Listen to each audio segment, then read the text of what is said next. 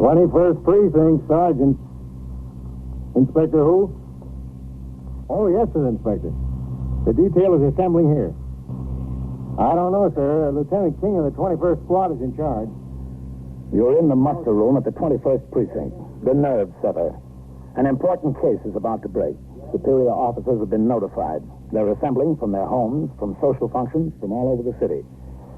You will follow the action taken pursuant to these notifications from this minute until the final report is written in the 124 room at the 21st Precinct.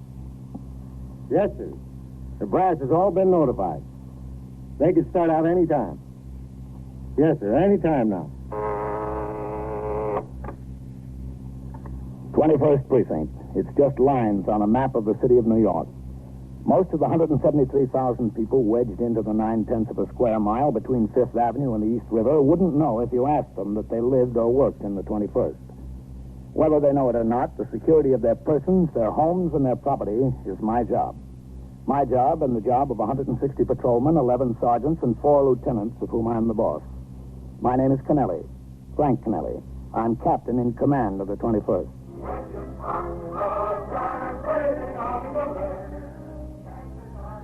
I'd been off duty since 6 o'clock. I was not due back at the station house until 4 p.m. the next afternoon, when I would work straight through until 8 the following morning. At 6:30, I met my wife at Frank and Norman's, a steakhouse on 54th Street near Broadway. We had dinner and took a cab to the 46th Street Theater to see the hit musical Guys and Dolls, an occasion we had both looked forward to for a year. The first act was fine.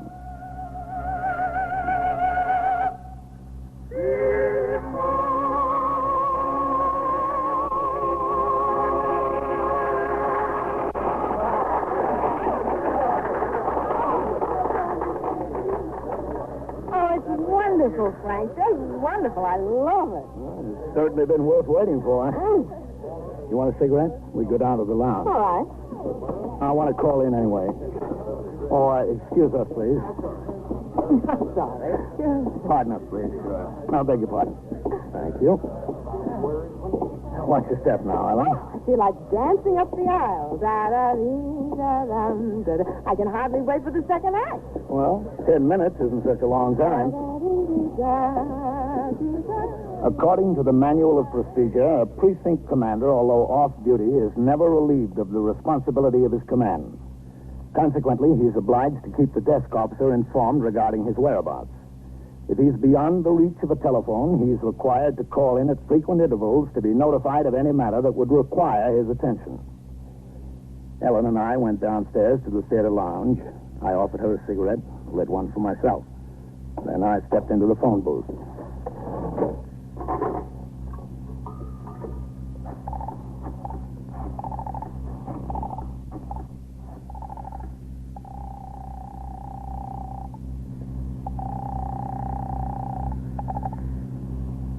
First Precinct, Sergeant.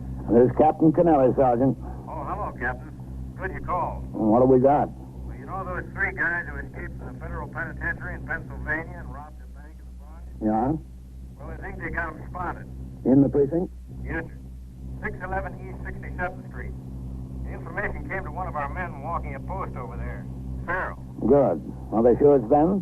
Well, they must be. The detectives are getting ready to hit the place. I want you to notify division on it. Yes, sir. And put me through to Lieutenant King. You got a couple of messages here, Captain. I'll hold them till I get in, Sergeant. Yes, sir. Hold on. I'll connect you upstairs. 21st Squad. Detective DeFeo. Let me talk to Lieutenant King, please. Lieutenant King's busy right now. Can I help you? This is Captain Kennelly. Oh, hold on, Captain. Captain Kennelly on 2. He's coming, Captain. Okay. Lieutenant King. Hello, Matt. What do we got? 3 bank robbers, escaped convicts, holed up on East 67th Street. Oh, how does it look? It's them, Captain. Information came to one of your men, Johnny Farrell. Yeah, I know.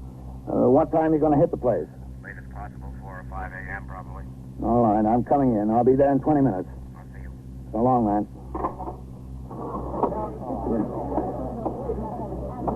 Frank, that took long enough. Did it? What happened? Did the roof fall in, as you always say? I got to go in, Ellen. Oh, Frank. Now, you stay and see the rest of the show. But it'll be over at 11 o'clock. Can't you stop by on your way home? No, this is important. Here's the car check, honey. You know the garage is parked in on 53rd. And what time do you think you'll be home? Oh, I don't know. Haven't any idea.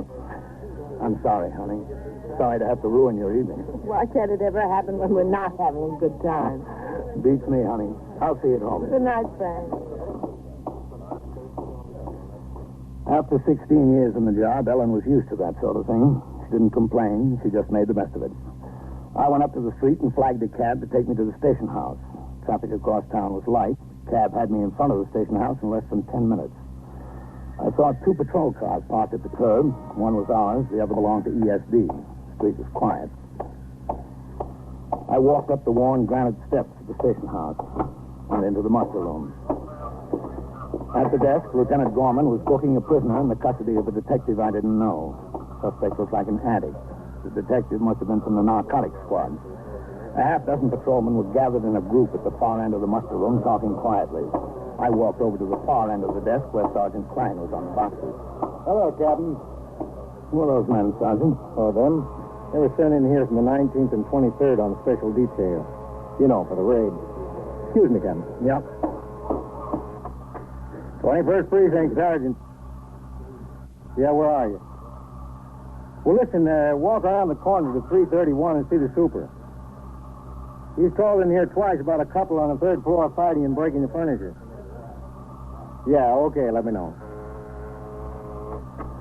Those men know what they're here for? No, sir, not yet. That's what they're probably trying to figure out. No, I don't want them standing around in here jabbering. Tell them to go into the back room. Yes, sir. Listen, you men. Yes, Sergeant. Go on in the back room there and make yourselves comfortable. You'll be here a while yet. Thanks a lot. You notify the division? Yes, sir. I spoke to the division lieutenant. He'll get in touch with Chief Andrea. Those are the guys holed up there. That'll be a pretty good collar. Yeah, it should be. What else is doing around here? Oh, nothing much. Pretty quiet tour otherwise. You got a couple of messages. What? One from CB over the teletype. A meeting of all precinct commanders in the lineup room at 2:40, Wednesday, 9 a.m. I left the communication on your desk. Okay. A fellow named Fox called twice. He wouldn't give his first name. He wanted your home number. I asked him what it was about. He said it was personal. I didn't give him your number.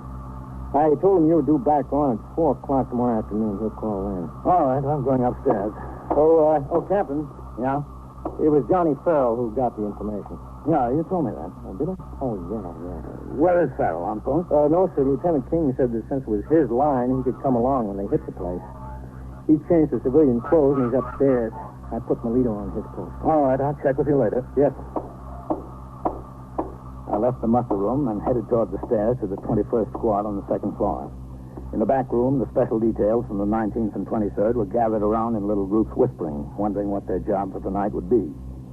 On the way upstairs, I grinned at the way everyone was so careful to point out that the information on the 3 bank robber escapees came to Patrolman Johnny Farrell. Johnny Farrell had been caught smoking on post by his sergeant the night before. The report was on my desk for disciplinary action. Inside the 21st Squad, 9 or 10 detectives were standing around in small groups. I recognized a few of them as men who worked out of the 21st. The others had been brought in from Detective District Headquarters and from the main office. In a corner near the fingerprint stand, sitting all by himself, was Patrolman Johnny Farrell. Hi, Captain. Hi. Hello, Johnny. Hello, Captain. Well, looks like a big night. Yes, sir. How'd you have to get a line on these boys? No way in particular. Just threw a kid on the block there, a kid named Wano. Yeah? Smoke, Johnny? Thanks. You know, I was going to give him up after last night. You should. Thanks. It's kind of hard. Yeah, it is. Well, this kid, he's kind of little for his age, 13 or 14. He's not so good with the English. I pulled him out of a scrape last week with 2 bigger boys. They were about to tear him apart. So I've been his best friend on the block since. Yeah. Anyway, tonight about 7:30, I saw one on the street. And he said, "Hey, police here. You, my friend, I got $2 you hold for me, huh? So they don't take it away from me, the big fellas?" Yeah. Starts waving $2 bills at me. I said, "Where'd you get it, Wano?" He said, "Oh, I don't steal it, Policia. I don't steal it. I earn it from the mans." I said, "What men?" Told me about the 3 men who were staying in the flat across the hall from him. Mm-hmm. Said one of them opened the door when he came out in the hall, asked him how he'd like to make some money. The guy gave him $3, sent him over to Times Square to buy some Philadelphia papers, last week's papers. Well, he brought the papers back. They cost less than $1, and the man told him to keep the rest. I put 2 and 2 together. I saw the alarms, read about the bank robbery up in the Bronx yesterday. Yeah. Well, I knew the same three guys had been made in a couple of jobs in Philadelphia. And I knew they broke out of a federal penitentiary. I started asking Wano a few questions about the man. Looked pretty good to me, so I called in. Told Sergeant Klein about it. He connected me with Lieutenant King up here. Guess it looked pretty good to him, too. He told me to come in and bring Wano, and that's it. Where's this kid, Wano? Oh, well, Lieutenant King didn't want him on the block tonight. The lieutenant was going up to the stadium with his brother. His brother works for Con Ed. Yeah. When this came up, he couldn't go. So he had his brother take the kid on the other ticket. Wano thought that was a great idea. I do, too. How'd they make sure it's the right three? Well, after Lieutenant King talked to Wano for a while, he sent one of his men over and got the super of the building and somebody else, another neighbor, in here. Super had gotten a good look at one of them, so it's definite. Good. Good work, Johnny. I understand you're going along when we hit the place. You bet. Okay, I'm going in to talk to Lieutenant King. Who's that in there with him? That's a super captain. I think he's getting a layout of the building, you know. Yeah, all right, I'll see you. And, do your smoking at the right time, will you? Yeah, Captain. Sure. Oh, Matt. Oh, hello, Captain. Come in. Want to shut the door? Yeah. This is Mr. Albert Acosta, Captain Tonelli. All right, glad to know you. How are you? Mr. Acosta's the super for both 609 and 611. Yeah, that's right. We're just going over the layout of the buildings in that flat. They're in 611? Yeah, that's right, on the top floor. Fourth floor rear. Let's see if I got this straight now. Both 609 and 611 are four-story buildings. The building to the east, 613, is 5 stories. Yeah, that's right, but that's not my building, 613. Does the fire escape, do all the fire escapes go all the way up to the roof, Mr. Acosta? Oh, yeah, that's right, up to the roof and down to the ground. And from the window of the flat they're in? Yeah, that's right. Your roofs are on the same level? The same level, yeah. They're both 4 stories. What separates the two buildings on the roof? Oh, a little brick wall, this high. 3 feet high? Oh, 3 feet, 3.5 feet, something. And the roof to 613? That's not my building. But it's 5 stories high. Yeah, 613. Then, in other words, from the roof of 611, you can't get to the roof of 613. There's a wall 10 or 12 feet high. Yeah, that's right, 10, 12, 14 feet, something. No windows in that wall? Let's see, no windows. Anything on your roof? Well, nothing, television area. All right, Mr. Costa. I want to talk to you again later. You hungry? You want something to eat? Could I get a can of beer? Well, the luncheonette we take from doesn't have beer. Oh. All right, coffee. Coffee and a Danish. Whitey, take care of Mr. Costa, will you? Send down for what he wants to eat. Right. That detective over there will take care of you, Mr. Costa. Okay, glad to know you, Captain. Yeah, same here. Well, how does it look, man? Sam, there's no doubt about it. In addition to the kid and the super, we found 3 people who made the pictures. All of them? No, just one. Just one goes out in the street, but one's good enough for me. This one. Carl Ross. If he's identified and there's 2 more guys in the flat, it's got to be the others. Whose flat is it? Did they rent it? No, it belongs to a couple of sisters, Marie and Lois Dunny. Acosta says they've been living there for 3 or 4 years. The one sister, Marie, has been in Bellevue Hospital for months, 6 weeks. Alcoholic ward. Oh. They're young, too, in their 20s. The other sister, Lois, is still living there. Acosta says he thinks she works as a waitress someplace, doesn't know where. Is she up in the flat now? Beats me, Captain. Nobody has gone out or come in since we got onto this thing. Got the place staked out. 2 neighbors that know her with the officers. They haven't seen her. Oh, how about Bellevue? Is she down visiting her sister? Oh, we checked that out, too. Got a man there. Well, how are you going to hit him? There's 3 rooms in that flat. It's in the back of the building and on the top floor. These boys are tough. There's no question about that. They had 2 guns apiece when they hit that bank. They roughed up a lot of people around Philadelphia. They were doing 25 years each when they broke. They're not going to sit still for a collar. It's going to be a hot one.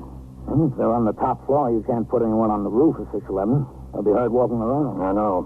We'll have men on the roofs of 609 and 613 in case they come up the fire escape. Well, that's the way they'll probably go when they hear the law at the front door. Who's going to hit the door? Myself, Johnny Farrell, if he wants to. You want to. And 1 or 2 others. Including me? Yes, sir. I've got 2 men from the emergency squad detailed. They'll be there with axes to work in the doors to give it a fight. All right. What time? I figure 4 a.m. There'll be less people on the street and less people up and around in the building. Also, these guys might be sound asleep by then. If we can nail them when they're asleep, or at least sleepy, there's not so much chance of fireworks. How about your notifications? They're all made. The brass will start streaming in here about midnight. There's 6 or 8 cops from the 19th and 23rd. They're in the back room now. Yeah, I know. How much of the show did you get to see? It's a shame. Come in. Lieutenant, Whitey says the Bayo's on 3. He wants to talk to you? Okay, thanks. Yep. 21st Squad, Lieutenant King. Yeah, Dee. We got the girl at Lois Denny. We got her as she was walking into the house. Good, Dee. Fine. It's not so fine, Lieutenant. She told me they were expecting her home at 11 o'clock. 11 o'clock at the latest. Shall I bring her in, Lieutenant?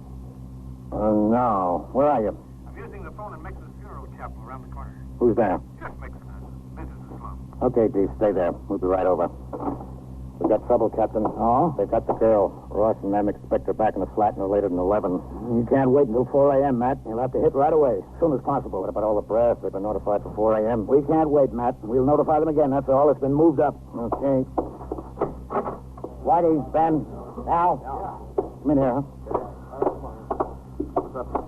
All right, now listen. We're making a change. We've got to move and move quick.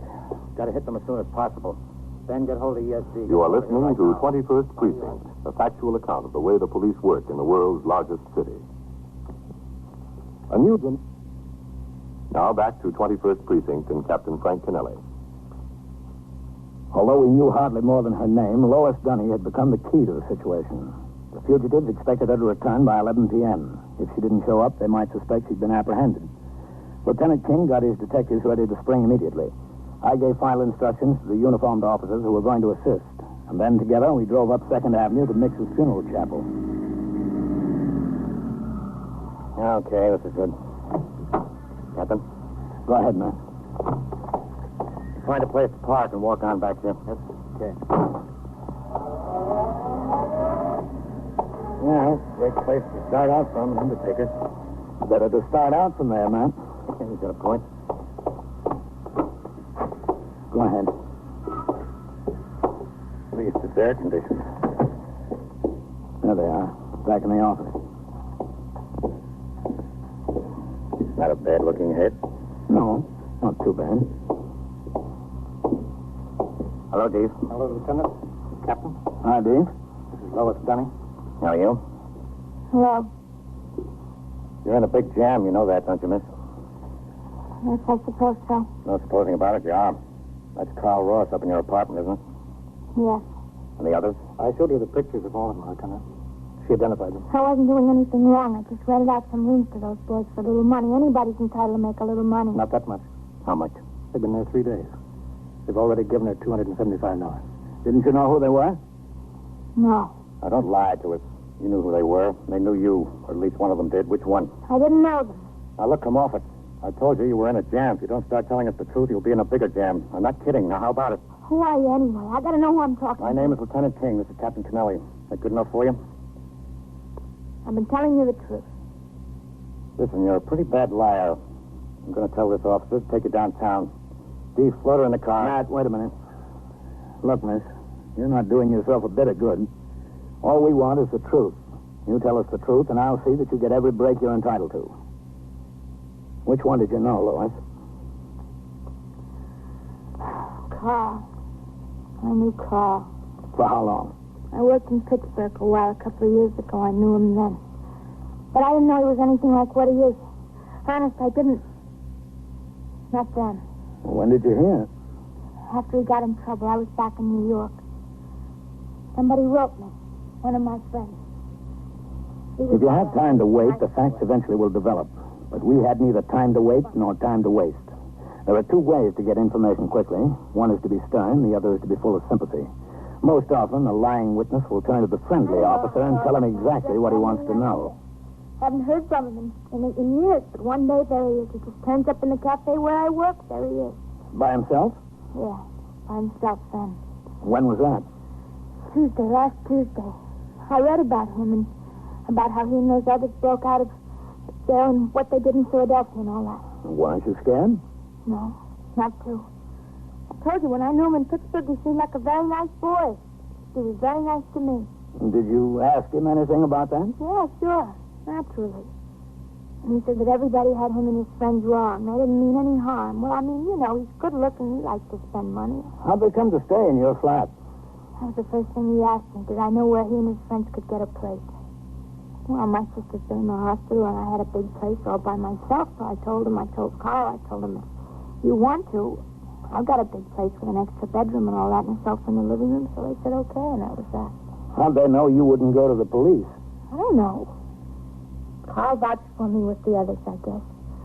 They paid me all this money, and they promised to give me $500 more when they left. I guess they figured I wanted the $500. You did, too, didn't you? Well, I mean, my sister was in the hospital. I didn't have a nickel except what I made, sure. They expect you home at 11 o'clock? Around 11, yeah. Why 11? Well, this is my late night on. I work until 10. Carl knows that. You ever see any guns up there? Well, Did you, Lois? yes, they've got guns. How many? I don't know, honest, plenty. But I never counted them. I was too scared to get near them. I don't like guns. Have you got your key to the place? Yeah, I got it, but it won't do you any good. They keep the door bolted from the inside all the time. Listen, Carl told me, he said no matter what, he wasn't going back. The others, too. They said they'd die on the spot first and kill anybody who wants to argue with them about it. Cops, they meant. Yeah, I figured that's who they meant. In another few minutes of interrogation, we had all the information we needed about the interior of Lois Dunny's flat and what we could expect to find there. Lois Dunning was taken to the precinct house in the custody of a detective. Meanwhile, nearly 50 uniformed officers and detectives assigned to the detail were given their posts and told of their duties. 4 men were assigned to the roofs of 609 and 613. 8 men were posted in various places in front of and across the street from 611. 4 men were assigned to the rear courtyard behind 611. Men from the Emergency Service Division set up a portable generator floodlight on the roof directly across the rear courtyard of 611 so that the entire fire escape could be spotlighted. Another such unit was held in readiness for use in front of the house. Besides their service revolvers, these men were issued such additional arms as their particular situation called for. Submachine guns, riot guns, and tear gas. Lieutenant King, myself, Johnny Farrell, 2 other detectives from the 21st Squad, 3 men from ESD, 2 carrying axes, another a submachine gun, led the way into 611. Behind us followed a half dozen or so other officers. As we walked up the dim-lit stairs, 2 men dropped off on each floor to block any attempted escape and to keep curious tenants out of harm's way. 2 more were left at the top of the stairs in the 4th floor hallway. The rest of us walked to the 4th floor rear. We stopped at the door. We listened. The radio was on inside. Okay.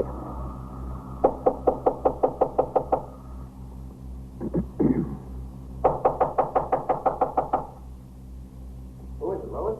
We're police officers. Open up. It's cops to the east. All right, okay. Open up, police officers. Knock it in. Use those axes. Right, come on. The lock. Hit the lock. Let go. Push it in. Come on, let's go. In the living room. There they are. Give up. We're through. Hold it.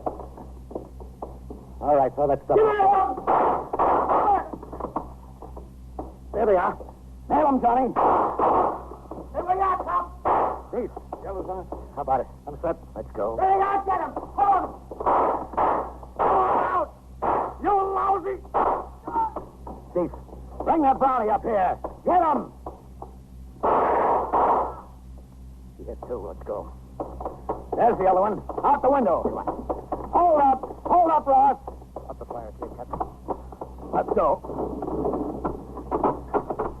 Watch it, Matt. Stay away, cop. You okay, Matt? Yeah, I'm okay. Come on. Watch it up there, man. One's on his way up. Just one.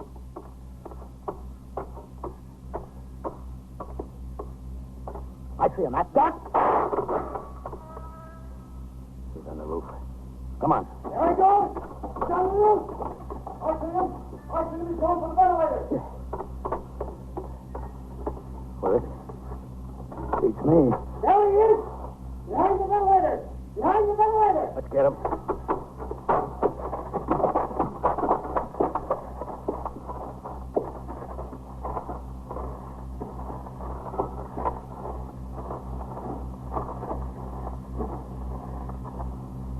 What do you say, Ross? What do you say? All right. Too many of you. Too many of you. Throw that gun out here. All right, you men. Put your light on the ventilator. That's fine. That's it. Throw it out here, Ross. All right. Here it comes. Okay, let's go. Watch him. We should have another one. Stand there, Ross. Get up again, sir. All right, take it easy. Nothing on him. Too many of you. There's too many of you. Maybe. But now at least there's 3 less like you.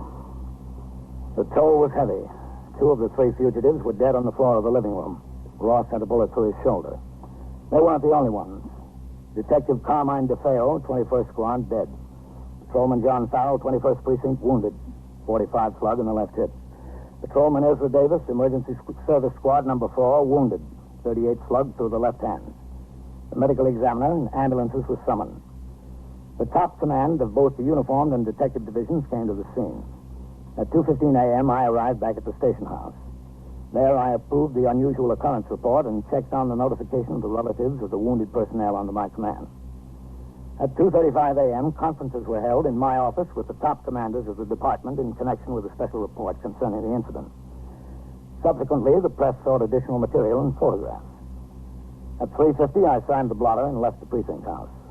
Deputy Chief Inspector DeAndrea gave me a ride as far as Kew Gardens. There, I got a cab and went home. At 4:40 a.m., I unlocked the front door of the house as quietly as I could manage. I walked through the living room into the bedroom.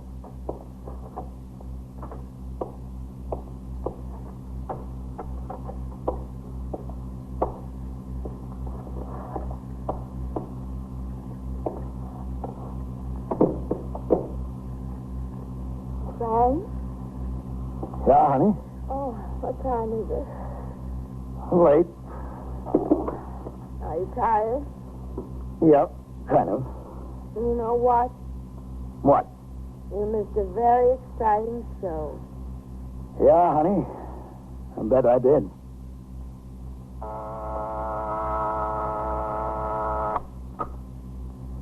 "21st Precinct, Sergeant. Where do you need an ambulance? 822? Is that in the building or on the street? What apartment number? What's the trouble there? How was he hurt? Was he stabbed?" The incidents portrayed tonight on 21st Precinct occurred last year. Names were changed to protect the interests of persons involved. 21st Precinct is presented with the official cooperation of the Patrolmen's Benevolent Association of the City of New York. Everett Sloan in the role of Captain Kennelly, Ken Lynch as Lieutenant King. Featured in tonight's cast were Joan Loring and Barbara Weeks, Lawson Zerby, Bill Lipton, Wendell Holmes, and Mandel Kramer.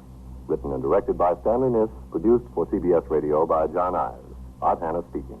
This is the CBS Radio Network.